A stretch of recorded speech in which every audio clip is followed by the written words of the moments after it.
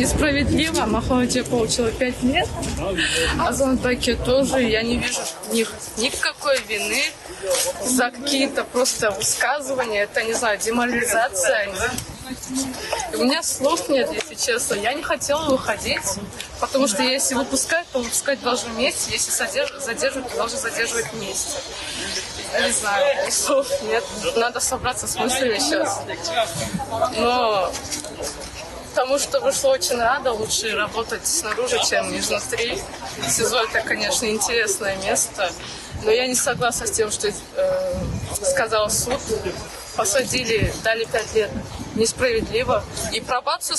У меня нет вины. Пробация — это тоже несправедливо, не имеет смысла. Я вообще не понимаю, почему я должна подписывать что-то. Сейчас меня пытаются заставить подписать подписку о невыезде. Я сказала, я принципиально не буду подписывать. Это мой принцип.